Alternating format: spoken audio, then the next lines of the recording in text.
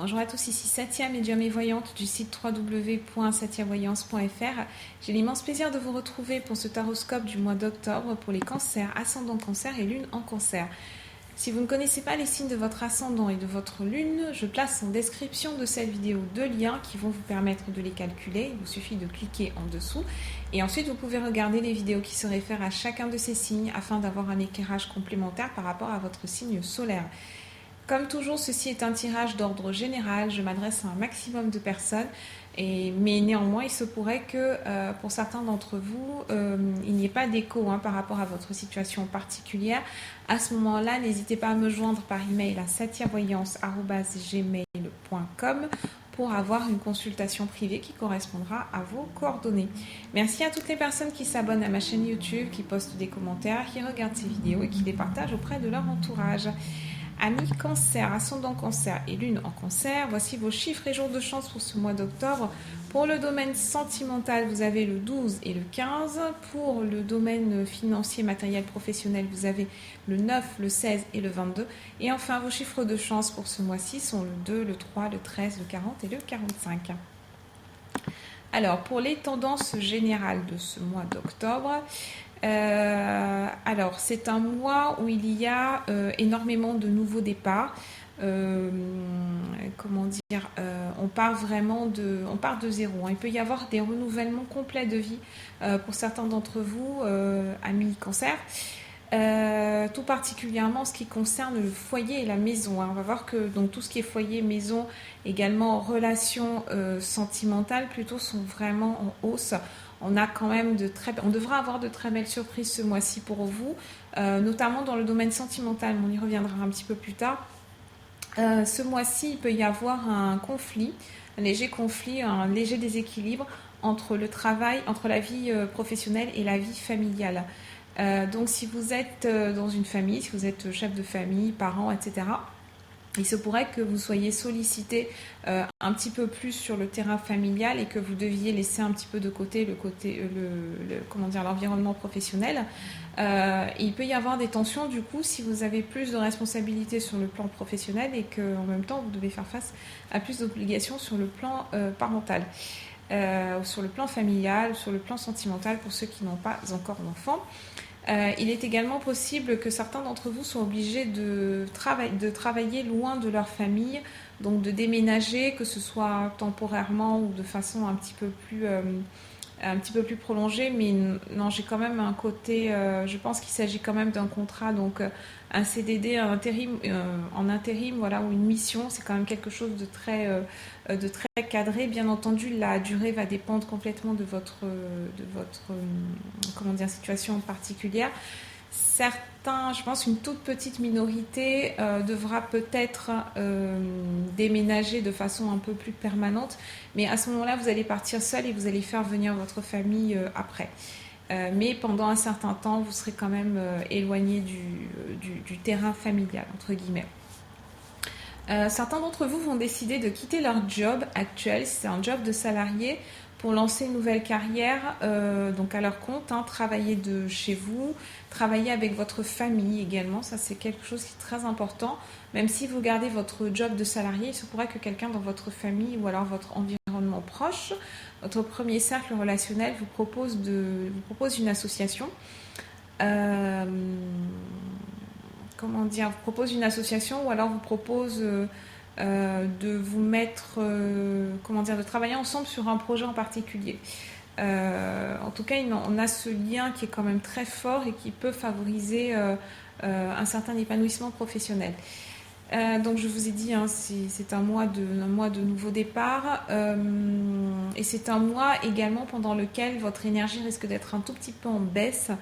Vous avez quand même le moral. En fait, c'est une baisse d'énergie, mais qui a un côté positif parce que c'est tout simplement parce que vous allez mettre du cœur à l'ouvrage, vous allez mettre plus de cœur à l'ouvrage, et tout ça, ça va vous, ça risque de vous vider un peu. Donc toujours pareil, faites attention à votre alimentation, faites attention à votre hygiène de vie d'une manière générale, parce qu'il y a plein de bonnes choses, une fois de plus, qui vous attendent ce mois-ci. Et ça va être tellement important tellement bouleversant pour certains d'entre vous. La remise en cause risque d'être tellement en profondeur que vous pouvez vous sentir complètement vidé à certains moments. Le moral y est, hein, vous allez être positif, vous allez être motivé, etc. Mais on va quand même avoir besoin d'un surplus d'énergie quelque part. Sur le plan professionnel, alors on va vous demander, enfin vous allez faire preuve plutôt d'un effort constant, beaucoup d'imagination, une belle capacité de travail. C'est un mois qui est très très productif, hein, peut-être plus particulièrement pour les personnes qui sont dans des comment dire, dans des carrières scientifiques où l'attention ou une certaine capacité de concentration est requise, ainsi qu'une attention aux détails. Également toutes les professions où on utilise le corps en fait dans un côté plus créatif, plus artistique, et toutes les professions qui requièrent d'avoir de la force, du timing, encore une attention aux détails, quelque chose de très structuré, très organisé, très exigeant. Les cancers qui sont dans ces professions-là, créatives et artistiques, vont recevoir beaucoup d'inspiration. Après, pour transformer cette inspiration en projet concret, ça va vous demander vraiment énormément d'énergie. Donc peut-être que ce mois-ci, vous aurez plutôt les idées, vous allez les compiler, etc. Et pour la mise en œuvre, ce sera peut-être plus sur novembre, décembre, voire 2017. En tout cas, profitez bien de cette vague d'énergie qui arrive et de cette vague de créativité surtout qui vous occupe. Alors, sur le plan sentimental maintenant, votre libido est au top, ami cancer. Vous êtes vraiment, comment dire, vous êtes vraiment en feu. Il peut y avoir de tout, hein. Là, on va vraiment aller de quelque chose de très superficiel à quelque chose de complètement où on va vraiment vouloir s'engager très très vite. La palette, vous allez explorer, si vous êtes un cancer célibataire, vous allez vraiment explorer toute la palette des différentes relations possibles. Vous n'allez vraiment pas vous économiser sur ce plan-là non plus. Il peut y avoir des... Alors si vous partez sur une relation où il n'y a pas d'engagement, faites attention quand même parce que vous risquez de développer des liens avec cette personne-là. On va le voir par rapport à la carte qui a été tirée avec les anges de l'amour de Dorine Virtue. Et pour les relations qui sont déjà installées, là il y a vraiment un renouveau en fait, hein. Dans les mariages, on recrée quand même une intimité, on renforce l'intimité. On peut partir, certains d'entre vous vont partir en voyage, en amoureux, etc. Il y a vraiment un retour de flamme, hein, qui se fait de façon très très très positive. On a un retour du désir, on a un retour des engagements. Certains d'entre vous vont avoir envie de renouveler leurs vœux, ou vont renouveler leurs vœux carrément pendant ce mois-ci. Voilà, donc il y a énormément d'émotions, énormément d'affection également, même si c'est quelqu'un que vous n'avez peut-être pas l'intention de revoir. Il y a un attachement quand même qui est fort et il y a quelque chose qui se passe, hein. Il n'y a rien de mécanique ou rien de froid, etc. Alors, par rapport à la guidance sentimentale, comme je vous disais, j'ai tiré pour vous la carte de l'âme sœur. Oui, c'est bien votre âme sœur. Donc ça, c'est en regardant cette vidéo, si vous pensez à une personne, ça signifie qu'il y a un lien, il y a une possibilité de lien d'âme sœur avec cette personne-là. Et toujours pareil, hein, c'est pas parce qu'une personne est votre âme sœur que ça signifie que vous êtes fait pour vivre ensemble jusqu'à ce que la mort vous sépare. Ça n'a rien à voir avec ça. Le concept d'âme sœur, c'est quelqu'un qui est là pour vous faire avancer, pour vous faire comprendre des choses sur vous-même et pour apprendre des choses sur elle-même également. Mais ce mois-ci, c'est cette énergie-là, c'est l'énergie de l'âme sœur qui vous entoure. Donc, bien évidemment, c'est un tirage général. Donc, certains d'entre vous auront la possibilité de rencontrer cette âme sœur et vont sentir l'énergie, une énergie assez particulière quand même, très très forte, comme une vague qui détruit tout sur son passage. Et pour certains, pour d'autres en fait, ce sera une relation, une rencontre très très importante, mais qui ne correspondra pas à cette énergie. En tout cas, pour un certain nombre d'entre vous, vous avez la possibilité de rencontrer cette personne. Donc, n'hésitez pas à laisser vos commentaires par rapport à cette rencontre d'âme sœur. Passons à la première semaine à présent. Nous avons le 6 de faucille, le 6 de faucille qui est au milieu, le 6 de cimeterre, et nous avons le 5 d'écu. Alors, ce 6 de faucille, bon, écoutez, je vais commencer par le 6 de faucille. C'est pas la première carte, mais si elle en revient, c'est que c'est elle qui va avoir le plus de signification dans la configuration initiale. Donc, ce 6 de faucille nous parle de quelques petits retards, quelques petites contrariétés, quelques contretemps dans les entreprises, etc.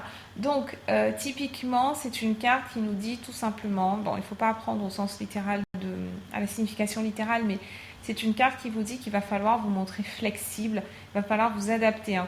Vous allez faire un gros effort d'adaptation ce mois-ci, enfin cette première semaine. Et ça rejoint directement les capacités créatives en fait qui sont en hausse dont je vous parlais. Ça veut dire que face à un environnement qui peut être un petit peu hostile ou qui ne va pas vous donner forcément les meilleures cartes à jouer, il va falloir vous surpasser et donner un petit peu le meilleur de vous-même pour surpasser certaines difficultés. Mais ces difficultés-là sont temporaires. Le 6 de pique, qui est en introduction de ce tirage, nous parle de malaise physique, moraux. C'est exactement ce dont je vous parlais précédemment, une certaine fatigue morale, fatigue physique aussi, parce que vous devez être au four et au moulin. Je vous ai parlé d'un rééquilibrage à faire entre la vie familiale et la vie professionnelle, c'est exactement ça. Vous allez être sollicité de toutes parts et donc du mal à rebondir et à être vraiment performant partout où on attend votre participation. Vous avez 3 écus dans votre tirage, vous avez le 5 d'écus, le 10 d'écus et le 6 d'écus. Donc définitivement il y a des rentrées d'argent pour vous, amis cancer. Donc les écus, les cartes dont je vous parle, ce sont des cartes qu'il y a dans tout votre tirage. Le 5 d'écus tout particulièrement, il nous parle d'un équilibre. L'équilibre est atteint cette première semaine. On ne devrait pas avoir de sortie d'argent imprévue, ce qui sera peut-être le cas en 3e semaine avec ce 6 d'écus qu'on va voir tout à l'heure. Donc pendant cette première semaine, le conseil, là, le 5 d'écus, il vient en conseil aussi. Il vient vous dire que vous devez avoir confiance en vous, vous devez avoir confiance en l'univers, confiance qu'il y a en une résolution possible. Faites appel à votre intuition, faites appel à votre imagination pour résoudre les difficultés auxquelles vous vous trouvez confrontés. En seconde semaine, nous avons l'As de faucille et la sorcière qui encadrent le 10 d'écus. Alors, avec l'As de faucille et la sorcière, c'est très clairement, et on a le 10 d'écus quand même au milieu. Ce 10 d'écus, c'est une carte qui est extrêmement positive, qui nous parle d'un accroissement matériel qui se fait très rapidement, une sécurité matérielle, on a des tracasseries qui sont levées, les obstacles qui sont dépassés, etc.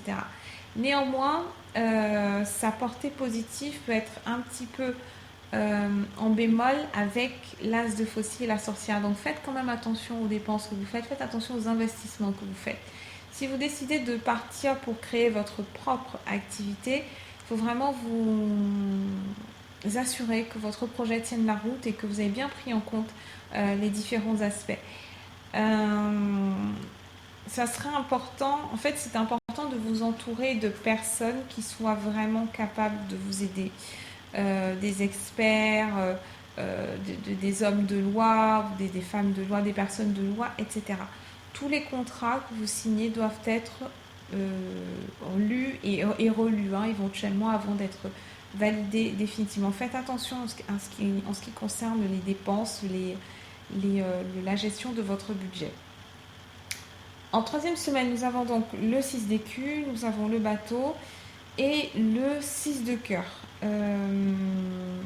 Donc avec le 6 d'écus, on vous parle d'une situation qui est un petit peu inconfortable. Donc ça confirme le message d'avant.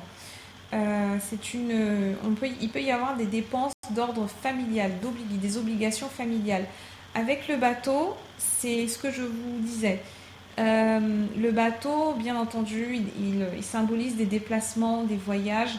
Donc, ça confirme en fait certains d'entre vous qui vont devoir se déplacer dans le cadre de leur job et qui vont devoir trouver un logement annexe loin de leur famille, loin de leur ville natale, loin de leurs parents, etc. Et ça peut occasionner des dépenses supplémentaires. Donc, mais ce sont des dépenses auxquelles on ne peut pas vraiment échapper avec le 6 d'écu. Ce sont des dépenses qui sont de toute façon pas superflues et qui font partie de l'investissement qu'on vous demande. Et pareil, le 6 de cœur, il renforce. Le 6 de cœur, c'est également une carte qui nous parle de la famille, qui nous parle de la vie familiale, la vie sentimentale. Donc ça s'adresse plus particulièrement aux cancers qui sont qui sont chefs de famille. Vous avez vraiment ce côté, vous devez partir à l'aventure un petit peu pour récupérer, enfin gagner votre pain quotidien, etc. Et voilà, tous les efforts que vous faites, tous les sacrifices entre guillemets que vous faites, le sont pour la bonne cause, pour vos enfants, pour votre partenaire, ou pour vos parents, pour les personnes qui sont chères. Le cercle familial est très très important ce mois-ci. Et enfin, en quatrième semaine, nous avons le 3 de cimetière, la main de Fatma et le 10 de cimetière. Alors, le 3 de cimetière, c'est une carte qui va nous parler de retard aussi. C'est une carte mais elle est quand même contrebalancée par le 10 de cimetière qui lui dit que tous les obstacles sont surmontés. Avec la main de Fatma également. Donc cette configuration, ce qu'on me dit par rapport à ça, faites bien attention à ne pas vous laisser embarquer dans un pédalo mental, parce que visiblement vous avez toutes les cartes en main pour surmonter les obstacles que vous allez rencontrer. Donc si vous êtes face à une difficulté, la bonne optique c'est vraiment de prendre du recul par rapport à celle-ci, quitte à prendre une feuille de papier, un stylo, noter la difficulté et noter les différentes pistes en fait qui s'offrent à vous. Les difficultés ce mois-ci, elles seront essentiellement dans votre esprit. Bien entendu, il y a un équilibre à trouver, etc. Mais là, on n'est pas dans cette interrogation-là. Là, c'est clairement que vous-même, par votre énergie, vous pouvez faire barrage en fait à certaines opportunités qui se présentent pour vous, et ce serait bien de vous libérer un petit peu de cette vision pessimiste et de voir en fait toutes les opportunités. Voyez le verre à moitié vide à moitié plein plutôt que le verre à moitié vide. Donc voilà ce que j'avais à vous dire, amis cancer. Je vous souhaite un excellent mois d'octobre et je vous dis à très bientôt.